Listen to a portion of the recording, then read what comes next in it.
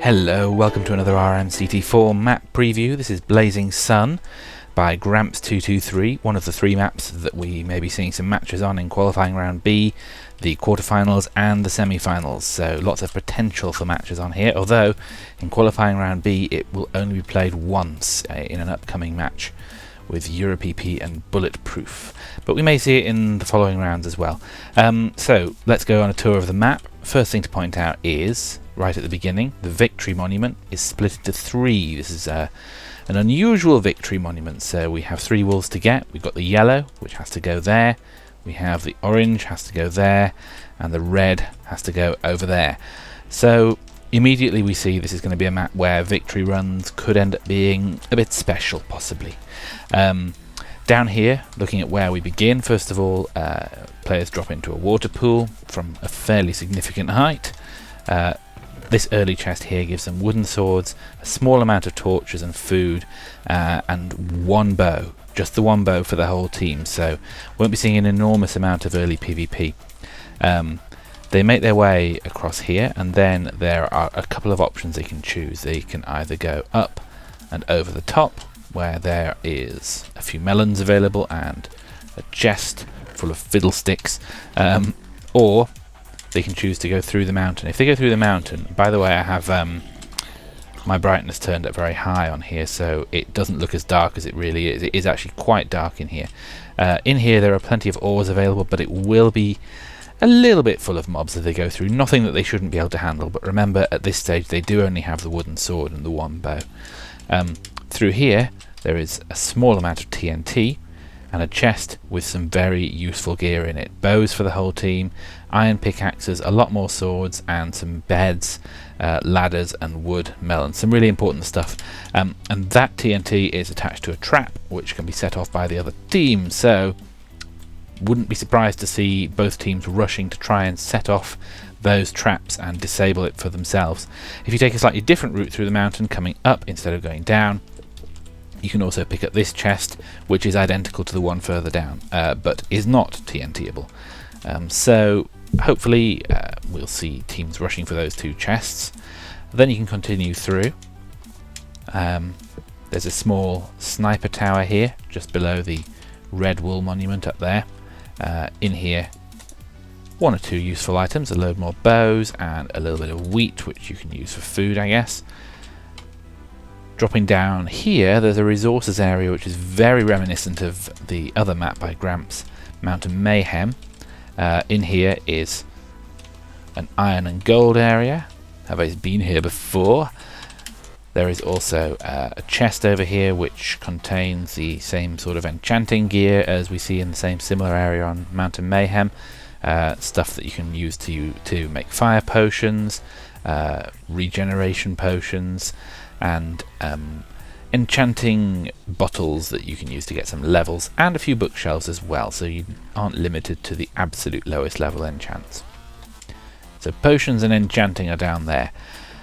Now coming back up to the top and moving further along the map, we will first of all take a look. I think before we drop down to first wool, I will just point out this chest here at the end of this upper walkway.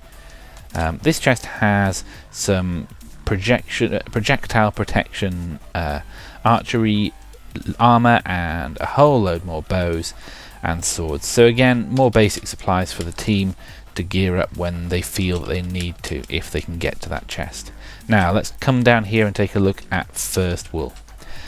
First wool is a very interesting wool. You come into it through here where the sand has just collapsed down onto the stairs by digging your way down, and to begin with, at this point here there is a spawner in a dark room. This is pretty dark. Once again, I will point out that I have the brightness turned up, but that is a pretty dark room there. There is also a spawner just under here which spawns flaming cave spiders which emerge from the direction of this chest here. There goes one. They die pretty quickly due to the fact that they're on fire, but I guess they could still do some damage. This chest over here is quite an important one. It contains 4 apples and 4 of these really nice stealth potions. They have 30 seconds of slowness, invisibility, night vision, and weakness 2, so possibly good for stealthing your way through a PvP wool, or for sneaking through the mobs in one of the PvE dungeons. It also has Sting, Bane of Arthropods 5 and Knockback 2. Another spawner there, and generally quite a bit of darkness here to deal with. Now, once you pass that area, you have to make a decision, and from here this wool splits off in two different directions. You can either go the PvP way or you can go the PvE way. We'll take a look at the PvE way first, and it's still a little exposed to the lane side, but not too seriously. Come through here, we have to deal with some baby zombies in iron helmets that are pretty fast moving and generally quite nasty, spawning from there and there. Also again, very, very dark in here, so lots and lots of natural mob spawns. Coming around here, more baby zombies, more nastiness, more baby zombies. There's a chest here which has in it a Monster Slayer 9001, Smite 5, Unbreaking 3, Knockback 2 and Looting 3.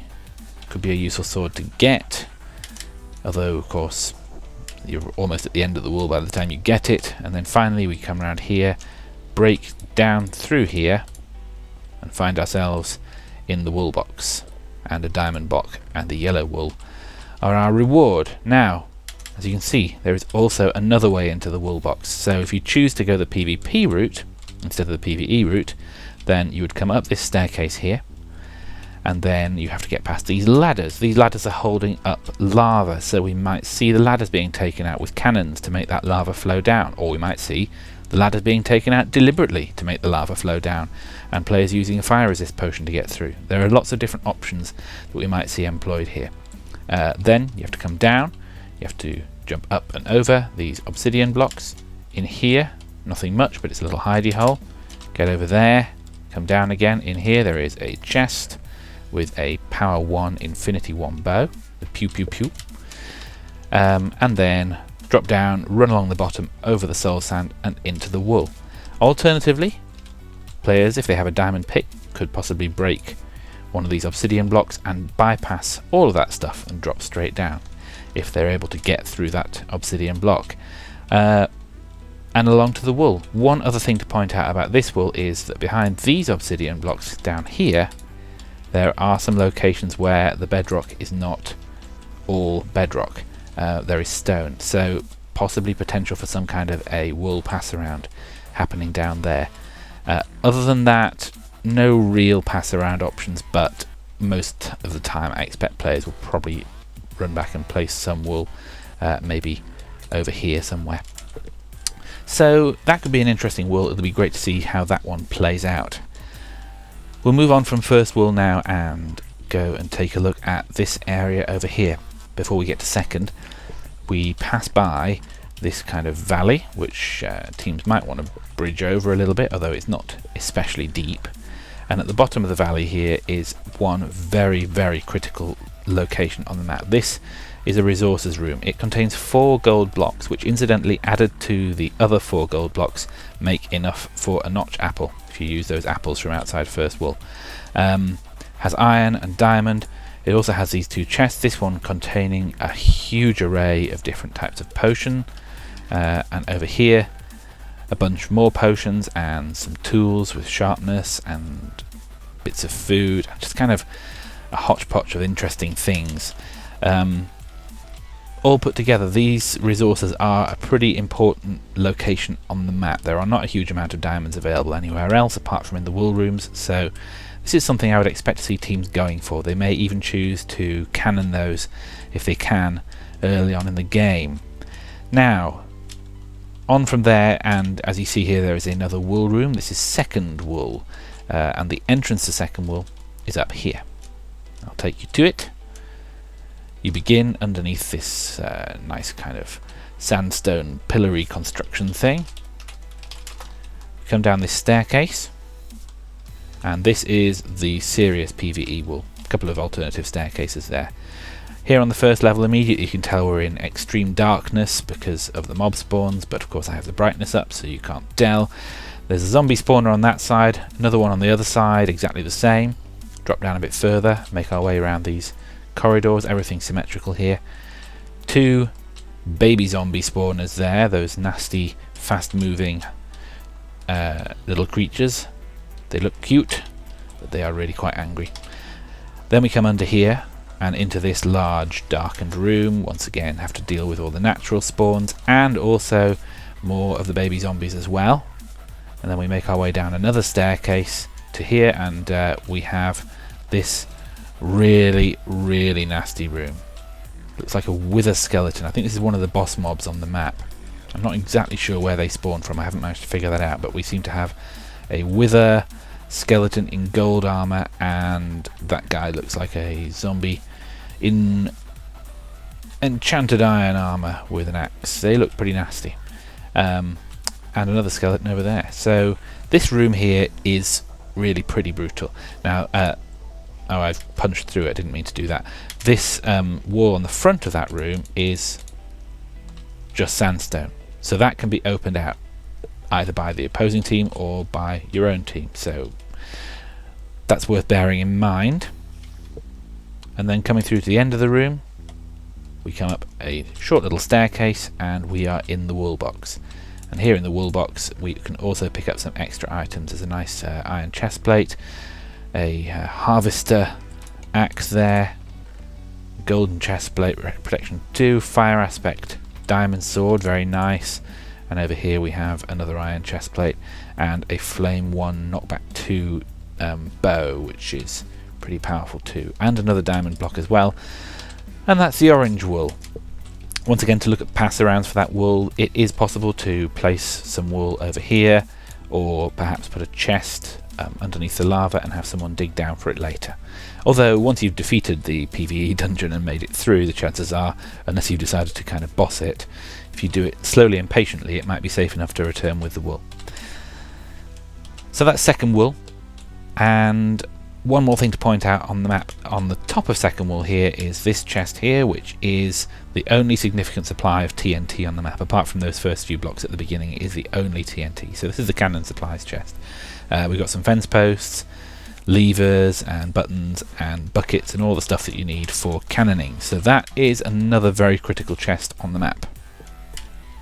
So finally, nothing much to say about the area from second to third, but then we come into the shared lane area. This is very reminiscent of Modern Warfare, which also had a very similar obsidian shared lane for the final wool, which is the red wool.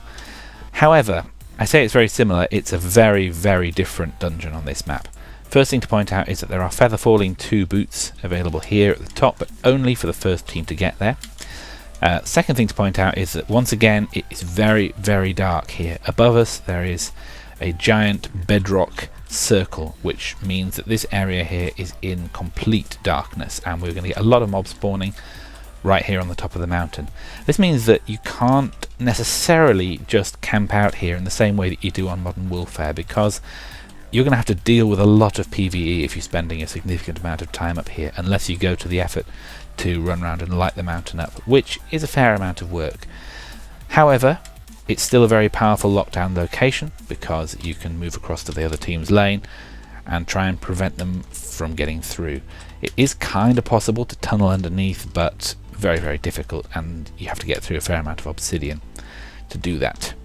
Now, there are many different ways actually into the mountain. Tunnels like this one lead you through into this central giant open area, which is kind of styled like the Nether, with these Nether Fortress walkways and things. Spawning on here, there are fiery invisible zombies.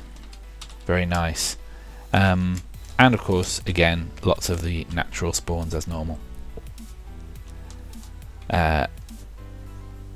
Big open area. We could see some great PvP battles in here. And then we come down to the bottom, and these are the 2 wool boxes. Now, the 2 wool boxes are color coded for which lane they belong to. I'm going to say right now on video that the blue one belongs to the right lane and the green one belongs to the left lane. However, if I'm wrong about that, I will have to go back and edit this video, because to be honest I didn't double check. But if this video is up, then that proves that that must have been correct. The teams are unable to break into the opposing team's wool box. The plugin autoref will prevent them from doing that.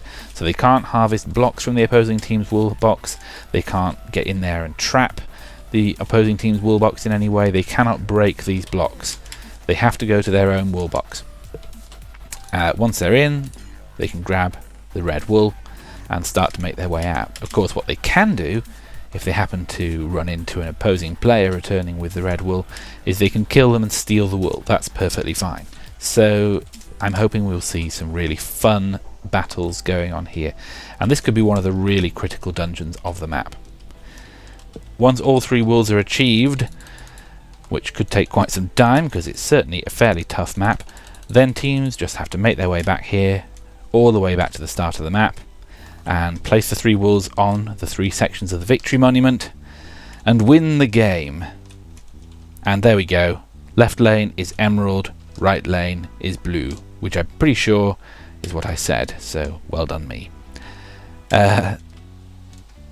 So thanks for watching.